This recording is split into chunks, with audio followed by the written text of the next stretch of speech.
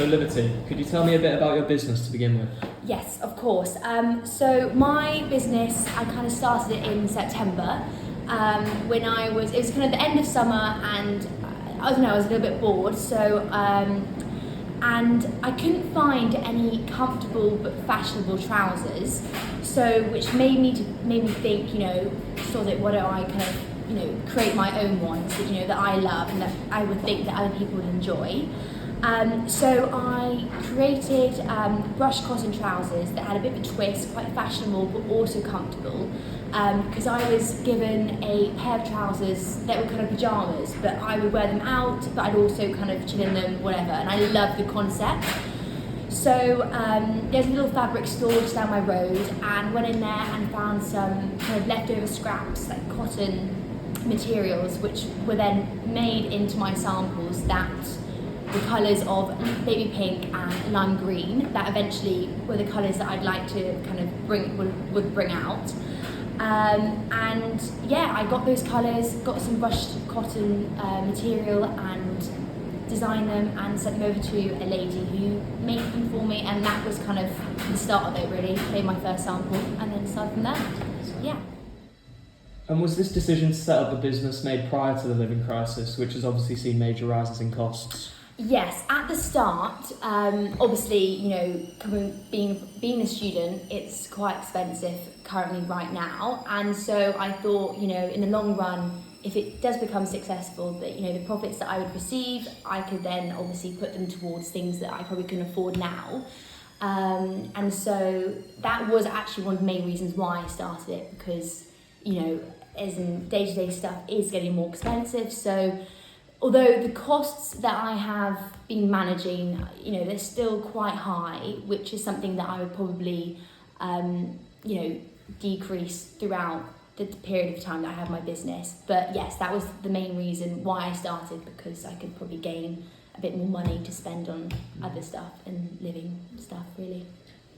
And how manageable would you say balancing uni work is with running a side hustle?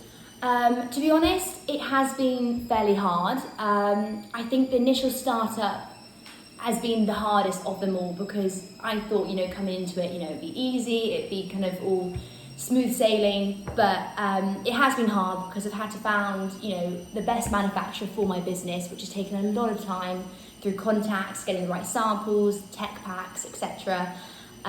Creating a website from scratch took me about 2 to 3 months just to get everything perfect. Planning content and photo shoots for my business, getting the right girls, getting the location whatsoever, and kind of finalising mailing lists and pre-orders. It takes a long time.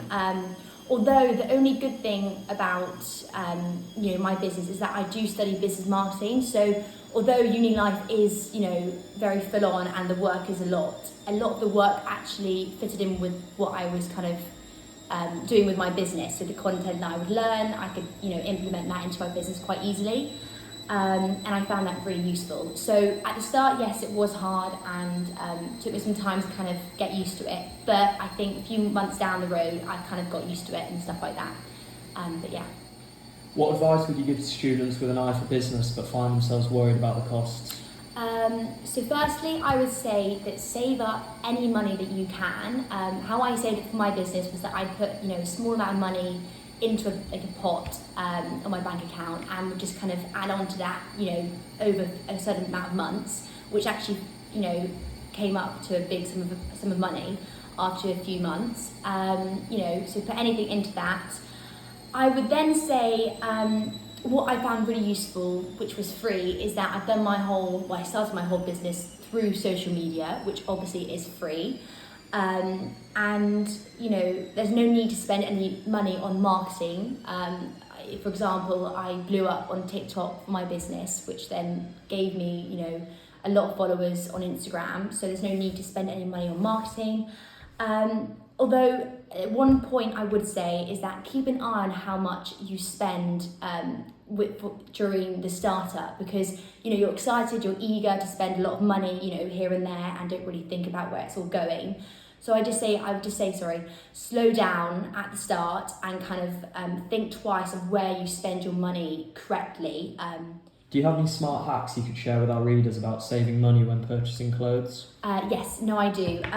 So my biggest thing I would say is shop secondhand. I've done it for the last kind of 5-6 years, and I love it because you can't really get anything that other people would wear because it's a bit of a one-off kind of item. There are 3 places that I would suggest to shop. Would be Vinted, which is an app or a website online, and it's just an easier version of eBay. You can sell anything you want, clothes to, makeup or anything, which has been a big part of, my shopping experience. eBay is also really good. I've loved eBay for a long time. Really good prices as well, due to costs. Depop is another one, but however, comparing them to Vinted and eBay, it's a lot more expensive. You get a lot of clothes that are a bit, priced too high. So eBay and Vinted, if you're looking for cheaper, nicer clothes, then go there.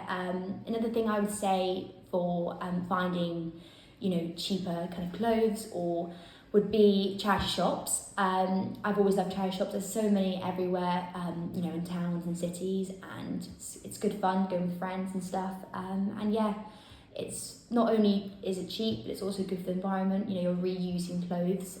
So yeah, that's what I would say. And finally, where can people find more information about your business? People can find more information about my business on Instagram. It's sweetpea.clothing_. So yeah, give me a follow. I will be having a website live very soon. So keep an eye out for that.